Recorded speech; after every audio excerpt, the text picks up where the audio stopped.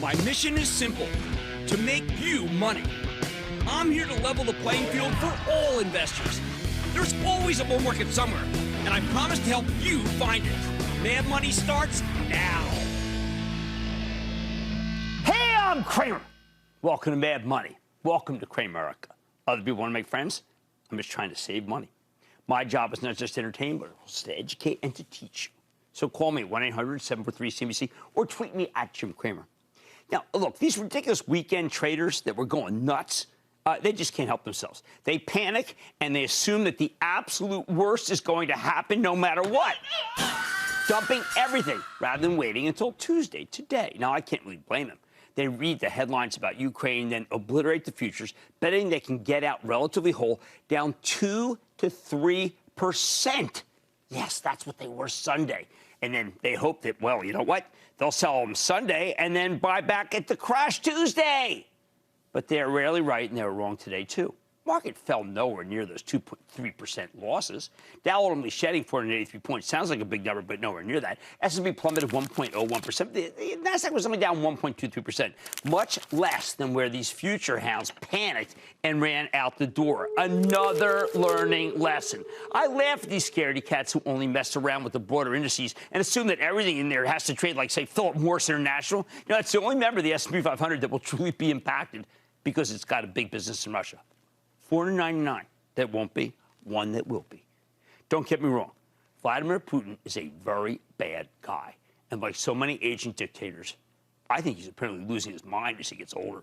What he's doing in Ukraine is horrible, even if thus far he's only gone after one border region where Russia's been arming insurgents for years. But you need to treat every sell-off as a learning experience, not a panic one like we saw Sunday and Monday by the professionals who trade futures because stocks were shut down for the president's holiday. All weekend, what did I do? Well, I dutifully studied both price levels and price earnings multiples to figure out whether these stocks will get knocked as low as the futures indicate. I figured that the levels where my favorite stocks would be attractive, I knew what they were going to be, and then I kept my bat on my shoulder and I waited. I had a game plan for members of the CNBC Investing Club, arrived at in the peace and quiet of my home, and I stuck with it because sometimes that's really all you have.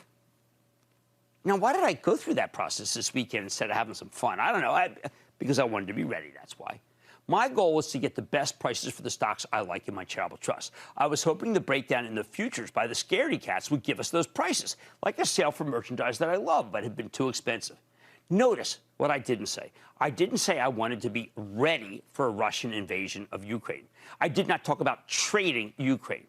Now, look, I don't know. I didn't say what I'd do if this is just an incursion versus an invasion, similar to what Putin's done in Georgia and Moldova in the past. I don't try to game out what Russia would do or how the Germans or the French would react or how the United States sanctions would respond. That's unknowable. I don't know about it. I can't. But I have to accept there are just far too many variables in aging dictators, and therefore what I do is arrive at my own game plan. Now, what I can tell you is that nobody knew how the Ukraine situation would play out this weekend or tomorrow or the next day. So anyone who tries to take preemptive action by selling the futures is a moron. You see, I'm not saying that I don't care what will happen. Obviously, it matters. I'm saying that we have cash for the charitable trust, and we're looking to put it to work at ridiculously low levels that I always wanted, but I really never expected to get because things were pretty good for a while. I think you need to be opportunistic here because I fundamentally believe that our world order will not be turned upside down by Ukraine during the next 6 to 9 months, which is the time horizon that I use for the trust. I know the market's terrified. It's really amazing how negative it is out there because Wall Street's figured out that Biden sanctions won't do much, which means they won't deter Russia. But I bet we'll look back on this selling and wonder how we could have believed that a war in Ukraine could be a kind of existential threat to our economy that could cause a cataclysmic reaction in our markets. Instead, I think it will cause a sell-off in everything. Even as only a few of those companies are actually involved with Russia, most businesses will be totally affected, and you need to be ready when that sell-off happens, the real sell-off. In other words, we're getting our ideal prices, which is a good thing for your portfolio, not a bad thing. But I don't think we're done yet. And again, I want my prices, even if they're given to me by Putin's ultimately undeterred invasion. As I said in the Monday morning show that I put on at 10:20 for club members only, my first choice is to buy, when I always look at my charts, are to buy the companies that just reported. So we actually know how they're doing right now. I was off last week, but Cisco and Walmart both reported tremendous quarters. Cisco simply blew us away with a much better than expected set of numbers and excellent guidance that shows you maximum visibility. It's highly unlikely there could be a huge fall-off in sales if or when Putin invades Ukraine. Cisco sells at a reasonable 16 times earnings, lower than the average stock in the S&P 500. It has a 2.7% yield. The goal here would be to buy the stock below where it was trading before it reported. That would put it at 53. Unfortunately, notice I said that, unfortunately, it wasn't knocked down enough. So now on Cisco, bat on the shoulder. Second, Walmart, same deal. It was at 133 when the company gave you a stellar quarter and fabulous outlook, and the stock zoomed. Truly spectacular. Again, though, the stock only fell by $1 and change to 136, not low enough to lower our cost basis for the trust. You always want to buy things cheaper so you can lower your basis. That's good portfolio management. Now, there's no use being too aggressive here because we don't know what's going to happen. Anyone who tells you they do is wrong.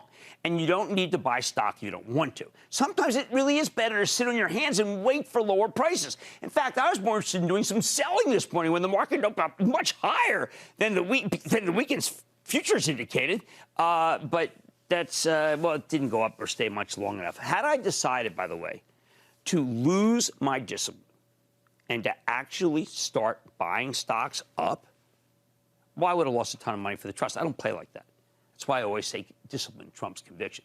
Now, I truly do believe that in the end, Putin will invade and the market will get hit again. But I have my levels, and I will be ready. You should do the same. If we don't hit those levels, then don't participate. Do not chase.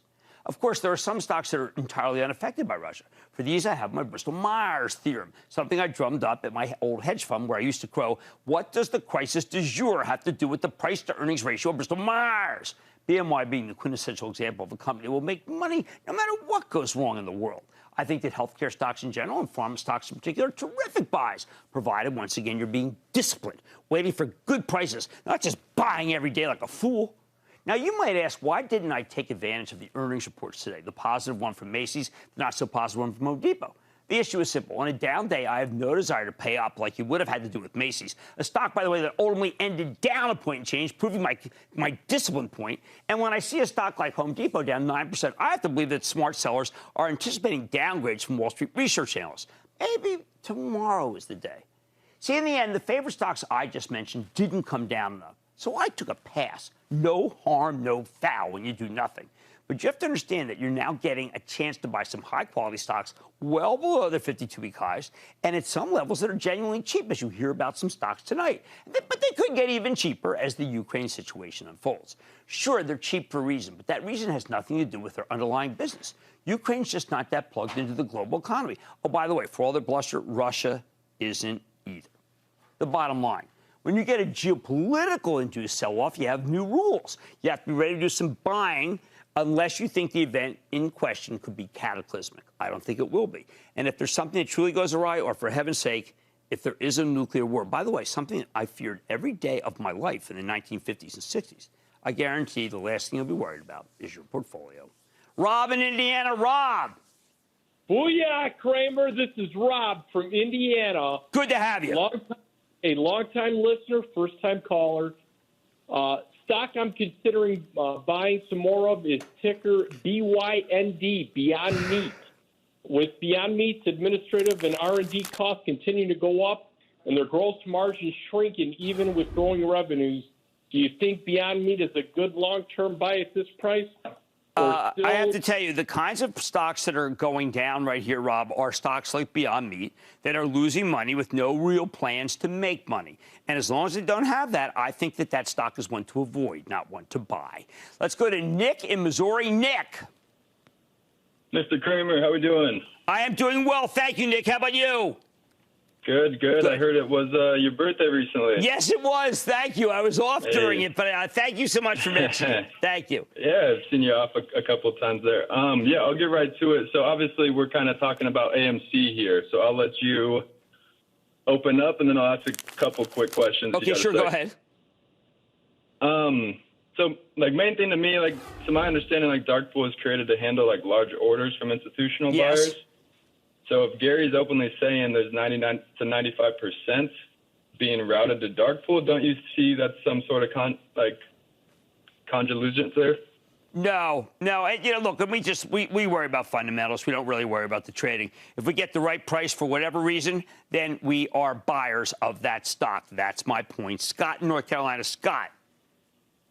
Booyah, Jim. First-time caller. Good to have you on the show. From Wake Forest, North Carolina. Oh, hey, wow. I'm calling on Intel. They announced a $20 billion semiconductor manufacturing facility that's going to be up and running in 2025. It's going to fill the void of semiconductor chips, as we all know today. Right. Last month's earnings reports, revenue up 3.5%, PEs at 9%, dividend yield at 3.24%. What's your take on it? Well, look, for a growth stock, I don't really care that much about having a big yield. And the growth stock that I do like in that segment, I like both AMD and NVIDIA. Both of them owned by the Charitable Trust. I don't want to own Intel, which I think 2025, as much as that sounds near, is very far if you're in the semiconductor business. All right. Now, when you get a geopolitical induced sell-off, an existential exogenous sell-off, you have to do some buying unless you think the event could be totally cataclysmic, and I don't think this one will be. On Mad Money today, Cramer was, Carrier, that's right, I'm sure vacation. Carrier was a glimmer of green in today's tape. So is Cramer. And I'm seeing what could be behind the strength with the company's top brands. Then Mattel beat expectations for the fourth quarter. So could the stock continue to be fun and games and profits going into the rest of the year? Let's check in with the CEO. And experts are concerned about the potential for cyber attacks amid the Russia-Ukraine crisis. I'm learning more about what can be done to stop the hackers and can make money for your portfolio when we sit down with the CEO of Palo Alto Networks. So stay with Cramer.